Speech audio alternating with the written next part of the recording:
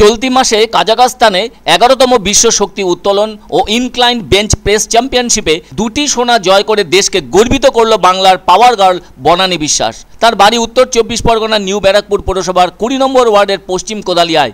এই মুহূর্তে বাংলার এই পাওয়ার গার্লের জন্য নব ব্যারাকপুর যেন আলাদাভাবে গর্বিত হলো বলে মনে করছেন ওখানকার মানুষজন। তাই এক্ষেত্রে বলাই যায় 11তম বিশ্ব শক্তি উত্তোলন ও ইনক্লাইন্ড বেঞ্চ প্রেস চ্যাম্পিয়নশিপে অংশ নিয়ে ভারতের হয়ে দুটি সোনা জয় বনানী বিশ্বাসের। 15 থেকে 19 জুলাই এই 5 দিন ধরে ওই চ্যাম্পিয়নশিপ অনুষ্ঠিত হয় ওস্কিমেন কমনগ্রোসে।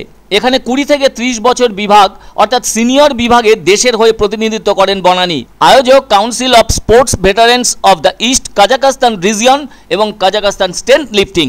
ফলে এখান থেকে জোড়া সোনা জয় করে সোমবার সকালে নিজের এলাকায় ফিরতেই যেন উৎসবের চেহারা নিল Bisharpara Kodalia rail station. Train থেকে নামতেই বাংলার এই মেয়েকে সম্বর্ধিত করল এলাকার বিভিন্ন সংস্থা থেকে শুরু করে পরিবারের সদস্যরাও। গলায় ফুলের মালা এবং হাতে স্মারক তুলে দিয়ে বনানীকে যেন রাজকীয় সম্বর্ধনা দেওয়া হলো। আর নিজের এলাকায় এরকম সম্বর্ধনা পেয়ে আবেগতাড়িত হয়ে পড়েন সোনাজয়ী পাওয়ার গার্ল বনানী বিশ্বাস। কাজাখস্তানে অনুষ্ঠিত আন্তর্জাতিক world strength lifting inclined bench press প্রতিযোগিতায় বাংলা থেকে মোট 6 জন প্রতিনিধিত্ব করেন। অন্যদিকে ভারত ছাড়াও এই প্রতিযোগিতায় চীন, Russia, Nepal, Tajikistan, Mongolia, Pakistan সহ অন্যান্য দেশের প্রতিযোগীরা অংশগ্রহণ করেন বলে জানা গেছে।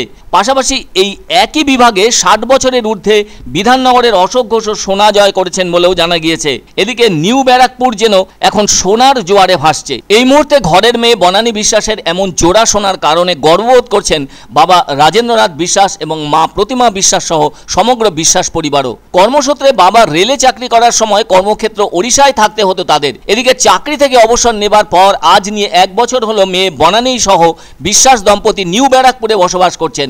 তবে ছোটবেলা থেকে আঁকার প্রতি ঝোঁক ছিল মেয়ের। তার হাতে রং, তুলি, পেন্সিল, জলছবির অসাধারণ কাজ দেখে তাকও লেগে যেত সকলের।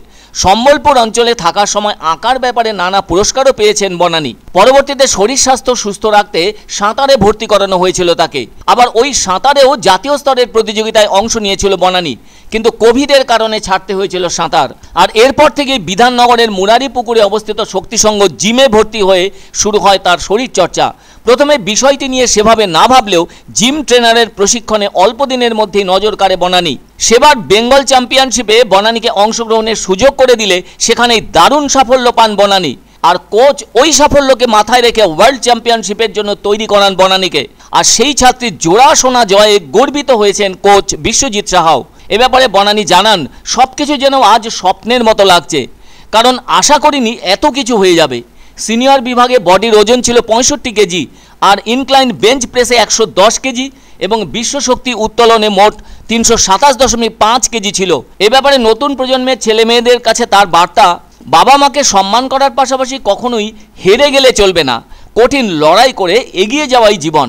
আমি না কিছু বুঝতে পারছি না যে কিরকম ভাবে বলবো কি বলবো। কিছুদিন আগেও আমি সিম্পল এরকমই ছিলাম, আজকে হঠাৎ এত কিছু হচ্ছে, আমি না বুঝে পাচ্ছি না কি হচ্ছে এটা।